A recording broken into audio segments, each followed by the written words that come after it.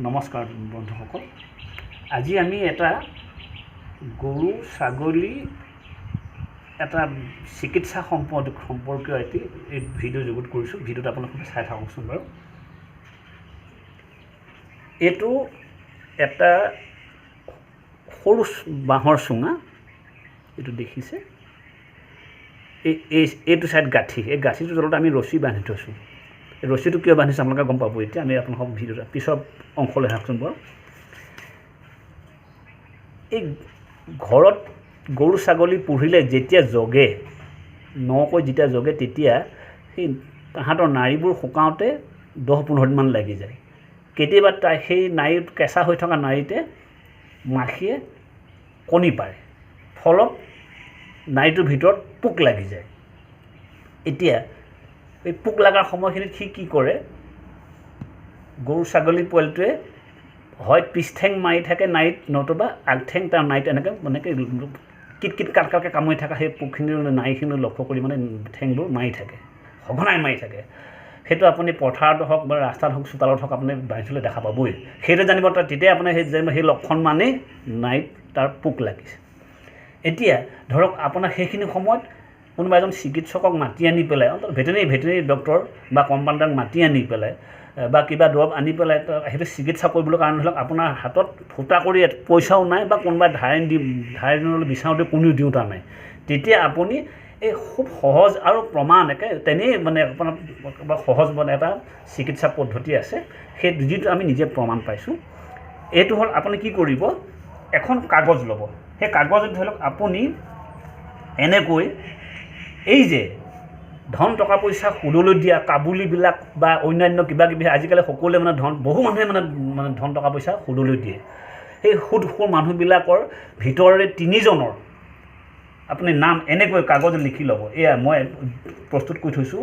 ধৰি লওক এজনৰ নামটো ধৰিলোঁ এনেকৈ লিখিলোঁ, আনজনৰ নামটো, দ্বিতীয়জনৰ নামটো হ'ল বি, এই তৃতীয়জনৰ নাম হ'ল চি। সেই আপোনালোকে নামটো কেইটা সঁচা নামকেইটা দি ল'ব। লৈ পেলাই আপোনাৰ হবে এইটো কি কৰিব, এই এনেকৈ হোমিও ফাৰ্মাচীত যে দৰৱ দিয়ে, পাউডাৰ নিচিনা দৰৱ এটা দিওঁতে এনেকৈ পুৰীয়া বনাই, পুৰীয়া বনাই পেলাই এনেকৈ এই 3টা পুৰীয়া ধৰি লওক বনালে নহয়। বনোৱাৰ পিছত আপোনালোকে এই বস্তুটো এনেকৈ ভৰাই দিব, এটা এটাকৈ ভৰাই দিব, পৃথকে ভৰাই দিব।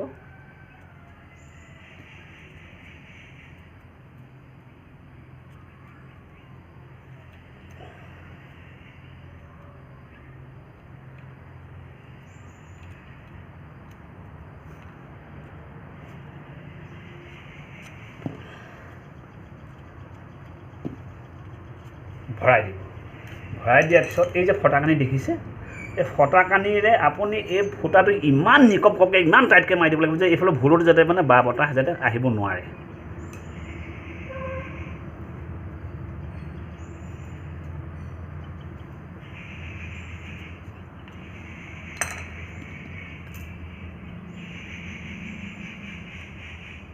এইটো একদম পুৰা টাইটকৈ ধৰি লওক মাৰি দিলে। মাৰি দিয়াৰ পিছত কি হ'ল, এতিয়া আপুনি সেই পোক লগা গৰু ছাগলী পোৱালিটোৰ গলধনত গৈ পেলাই এই বস্তুটো এনেকৈ বান্ধি দিব। এনেকৈ 3টা গাঁঠি মাৰি দিব। এই 3টা গাঁঠি যেতিয়া আপুনি মাৰা সময়খিনিত আপুনি একেটা ঔষধে এই গাঁঠিকেইটা মাৰিব লাগিব। এইটো হ'ল খাৰু পাতৰ কথা। এইটো দেখিছে, আপুনি দেখিছে, আকৌ এবাৰ দেখুৱাইছোঁ। এই বস্তু তলমুৱা হৈ থাকিব, এইটো চাই তলমুৱা হৈ থাকিব, এই চাই ওপৰমুৱা হৈ থাকিব। আপুনি এনেকৈ 2টা দিন ৰাখিব। ৰখাৰ পিছত আপুনি 2টা দিনৰ পিছতে আপুনি গম পাব সেই ক'ৰ পোক ক'লৈ গ'ল। সি ধুনীয়াকৈ দৌৰি ফুৰিছে, কোনো অশান্তি নোহোৱাকৈ ধুনীয়াকৈ ঘূৰি ফুৰিছে। গতিকে আপোনালোকে এইটো বস্তুটো এইটো কাৰণে আপোনালোকক আমি এতিয়া ভিডিঅ'টো বনাই যুগুত কৰিছোঁ। ইয়াৰ পৰা আমি নিজে এবাৰ নহয়, 2বাৰ নহয়, 3বাৰ আমি প্ৰমাণ পাইছোঁ। গতিকে আপোনাৰ সবেও সেইখিনি সময়ত যে কৈছোঁ যে আপোনাৰ ধন টকা পইচা নোহোৱা সময়ত, আপুনি নিৰুপায় হোৱা সময়ত আপুনি এইটো দৰৱ ব্যৱহাৰ কৰি সুফল পাব পাৰে। এতিয়া কথা হ'ল, এই দৰৱটো আমি ক'ব পাইছিলোঁ। এই তেখেতৰ নামটো নক'লে কথাটো বেয়া হ'ব। তেখেত আছিল বৰ্তমান হোজাই জিলাৰ পুৰণা কাকীৰ জৰাবাৰিষ্ঠ প্ৰয়াত মোহন সিং দেউৰী।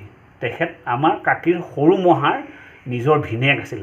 তেখেতে আহি পেলাই আমাৰ ঘৰত সেই বস্তুটো বিধানটো দিওঁতে আমি প্ৰথমতে মানাই নাছিলোঁ তাৰপিছত তেখেতে ক'লে বোপাই এই টকা পইচা ধনটো একো ভাঙিব নালাগে তুমি এইটো দি পেলাই চোৱাচোন বাৰু নহ'লে বাৰু একো নাই তুমি দি পেলাই চোৱা তুমি প্ৰমাণ পোৱা নোপোৱা পিছত মোক ক'বা পিছত দেখিলোঁ আমি সেই অনিচ্ছা সত্ত্বেও যেতিয়া আমি লগাই পাইছোঁ তেতিয়া আমি প্ৰমাণ পালোঁ এবাৰ নহয় দুবাৰ নহয় তিনিবাৰ প্ৰমাণ পালোঁ পোৱাৰ পিছতহে আজি আমাৰ হঠাৎ এই ইউটিউব চেনেলটো বনাই থাকোঁতে আমাৰ সেই কথাটোলৈ মনত পৰাৰ কাৰণে আপোনালোকক আমি এইটো ভিডিঅ'টো যুগুত কৰি দেখাই দিলোঁ আপোনালোকে চাব চাই লাইক কমেণ্ট কৰিব বুলি আশা কৰিলোঁ ধন্যবাদ